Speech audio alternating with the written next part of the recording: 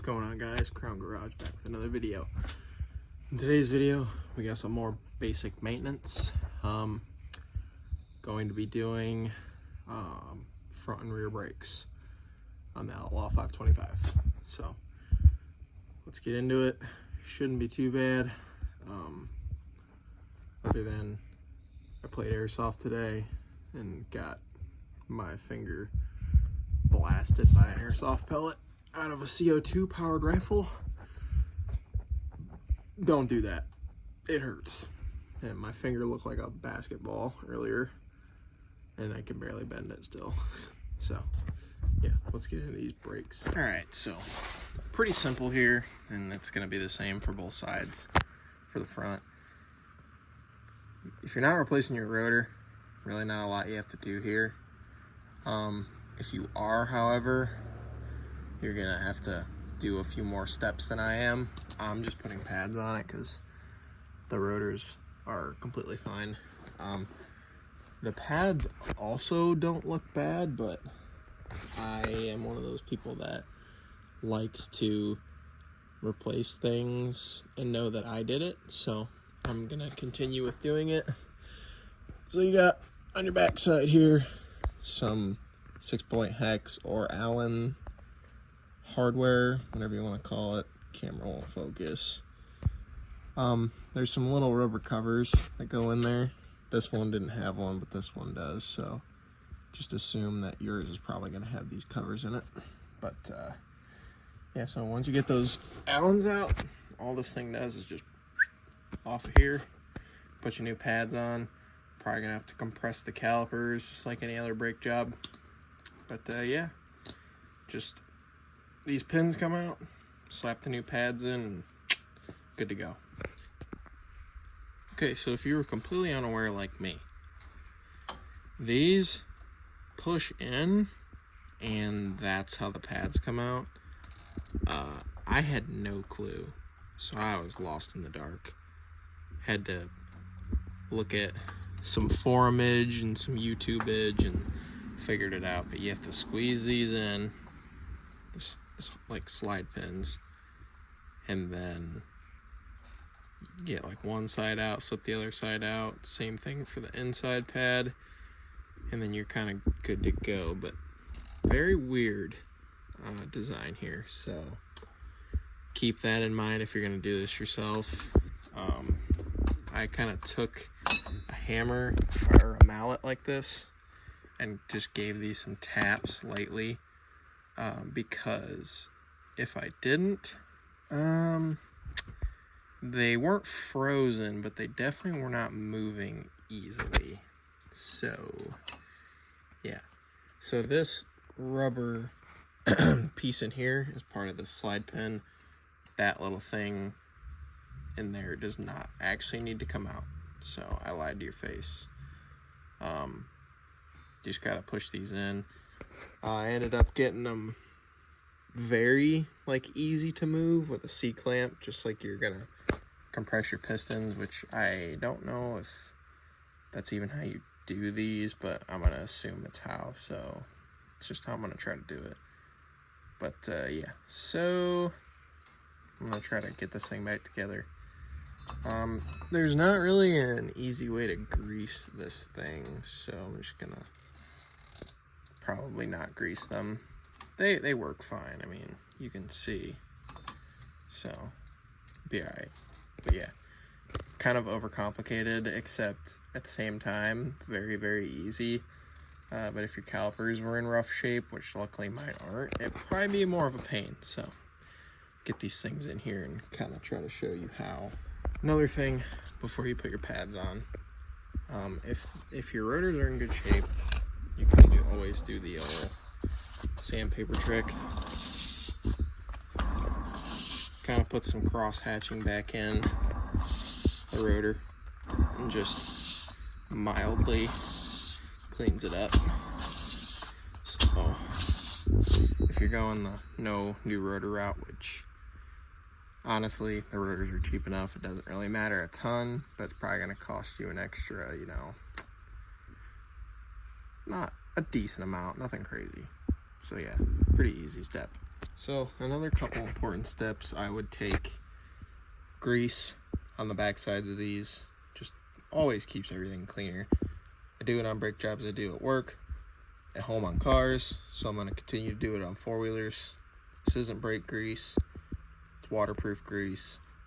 It'll be fine, I'm not that worried about it. Now, these are my caliper bolts. So pretty bad oxidization.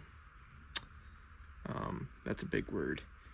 So I'm gonna try to get all this crap off of here and then get some anti-seize on here or some grease, something of the sort, because for one, these were not a bear to get out, but they weren't in great shape coming out. So not a bad thing to clean these up and get some anti-seize or some grease in there just to keep the threads in good shape, because like seriously guys, look at that. That's bad. So unfortunately, as you can imagine, it's kind of hard to explain, or I guess not explain but show how this was done. So these are small enough to where I took that pair of needle nose and so I took the C-clamp and got them in as far as I could until it started slipping, and then it wouldn't go any further. The pistons, I mean.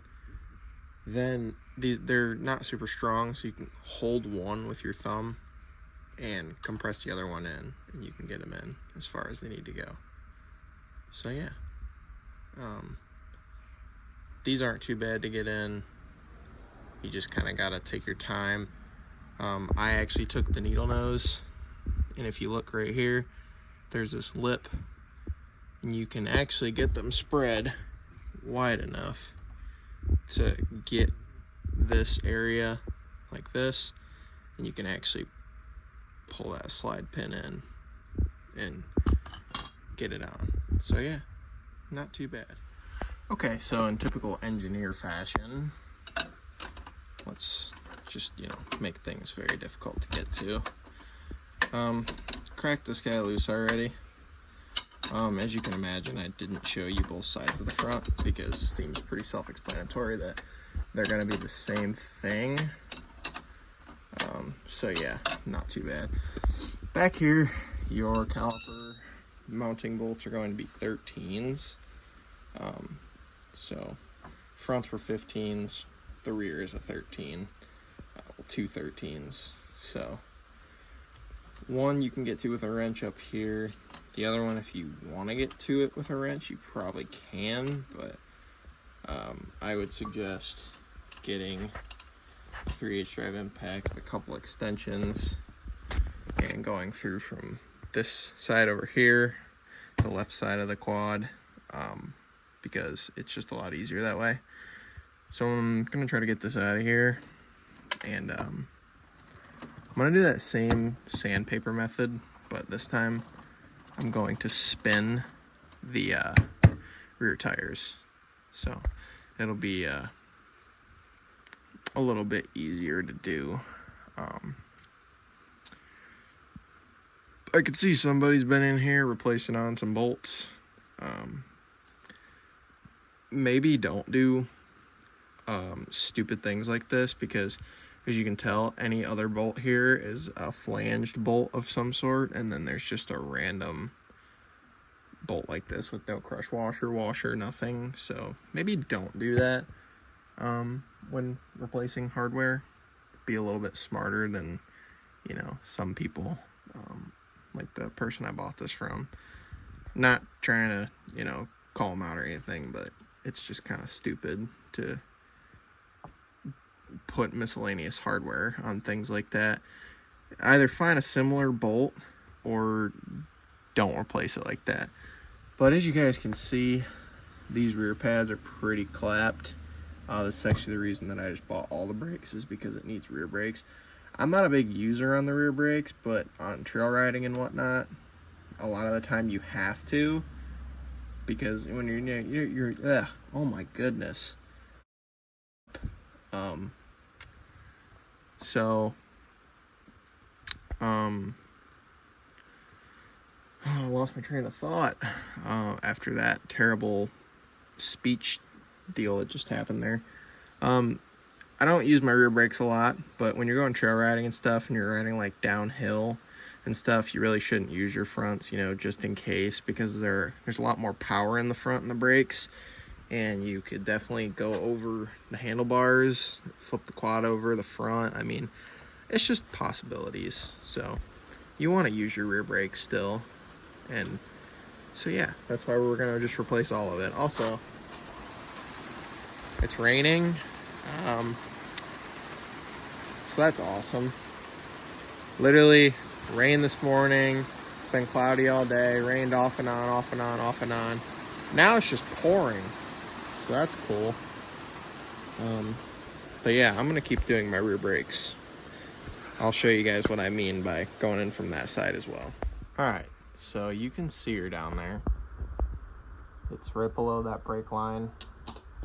Point at it for you. Right there. It says JP on it, it looks like. So you take your, basically like 4 foot of extensions, and you get old JP there, and you take it off. So I'm gonna do that off camera, and then we can get these pads out, get the new ones in, and tighten her back up, and good to go. Easy. Alright, as you can see, she's out of there. So, the 3 foot of extensions did the Lord's work. Now we can get this guy off of here. I don't know what that is.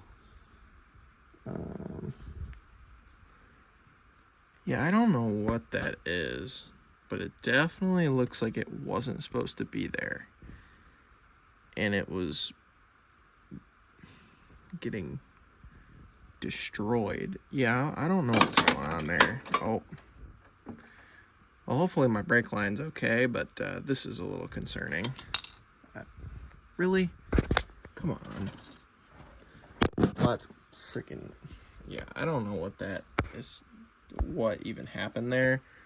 I hope the rotor's not destroyed because of it, but definitely looks like it was getting in the way. I think I'm just gonna do that down over there. And if you guys are wondering, since I haven't showed it yet, these are what I bought. They're 680. Got them on Amazon. The Scrambler actually had a 680 axle on it, and it was pretty solid. And they make pretty good, good priced, affordable stuff. Wow, you can really see that thing's in bad shape, this outer pad. Whew. She definitely needed replacing on. So the fronts are actually dual pistons, weirdly enough. This is a single piston, which usually that's kind of how it goes with this stuff. Same premise though. Also, these are going to be super easy to get off. Look how easily this thing moves. So basically, the idea is, I can probably do this with one hand. Yep. Push it in, and the pad comes out like that. Maybe I can't do it with one hand. I'm trying. But you guys get the idea. I'm just trying to help you out a little bit better. But yeah, it's really not that hard. It's not as overcomplicated as I was making it out to be. It's just weird and different.